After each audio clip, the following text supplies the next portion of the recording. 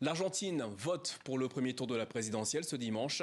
Les quelques 35 millions d'électeurs renouvellent aussi la moitié des députés et un tiers du Sénat. La troisième économie d'Amérique latine traverse une profonde crise économique.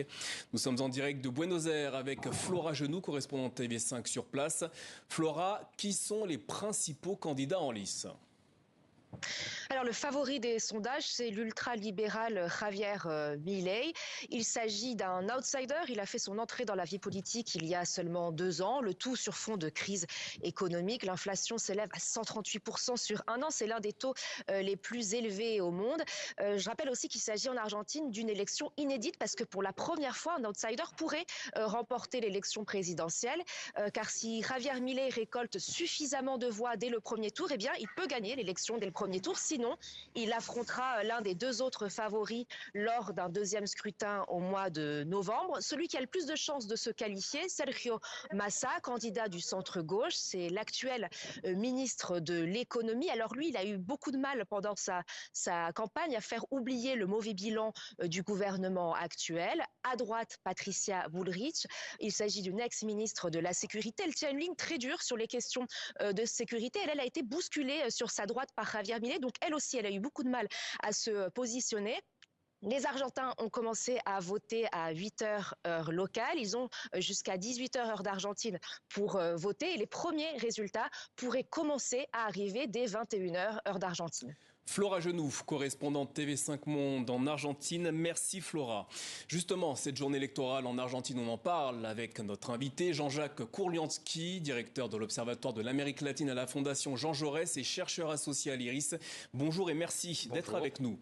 Selon les sondages, Javier Milei fait la course en tête. Comment se fait-il que dans un pays comme l'Argentine, ce candidat ultralibéral et fan de Donald Trump soit en tête dans les intentions de vote ? Si on regarde les sondages, il faut peut-être les prendre sous un autre angle. Ça veut dire qu'il y a environ 70% des électeurs qui ne voteront pas pour le candidat du président sortant. Alors pourquoi ce rejet ? Parce qu'il y a un ras-le-bol des Argentins.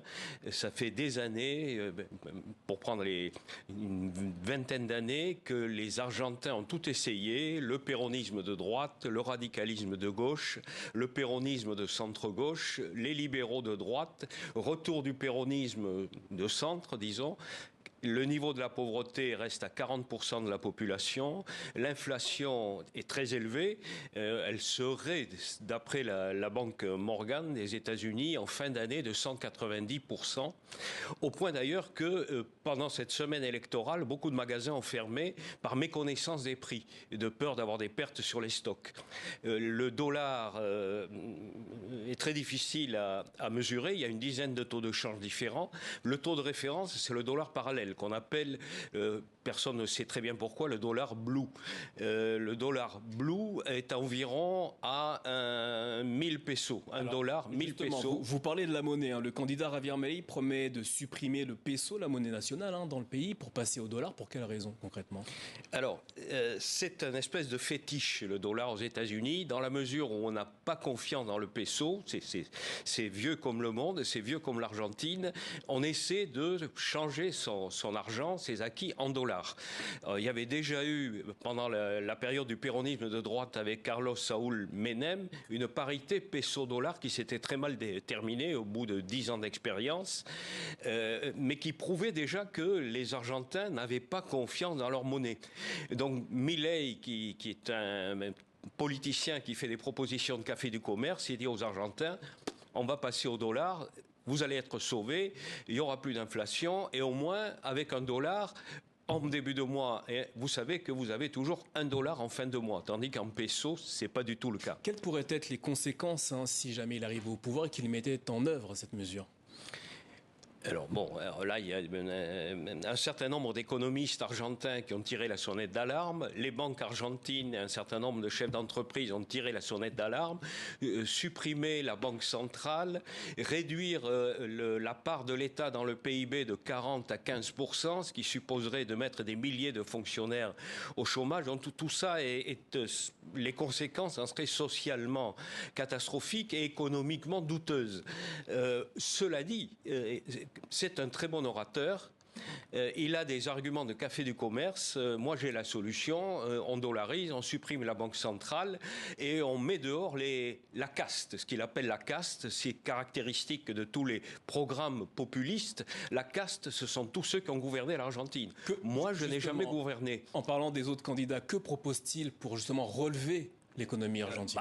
Pas grand-chose. C'est-à-dire le ministre le candidat du péronisme, c'est le ministre de l'économie. Bon, le bilan, on vient d'en parler, il est assez catastrophique, mais il n'est pas plus catastrophique que celui du prédécesseur du président péroniste actuel, Mauricio Macri, qui a également une candidate en lice, Patricia Bullrich.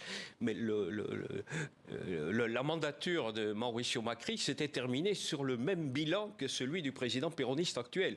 Donc, pour Javier Milei, la porte est ouverte. Je veux dire, les Argentins sont prêts à l'écouter dans la mesure où les libéraux, comme les péronistes, socialement, économiquement, financièrement, ont échoué. Donc, il leur dit, pourquoi pas moi?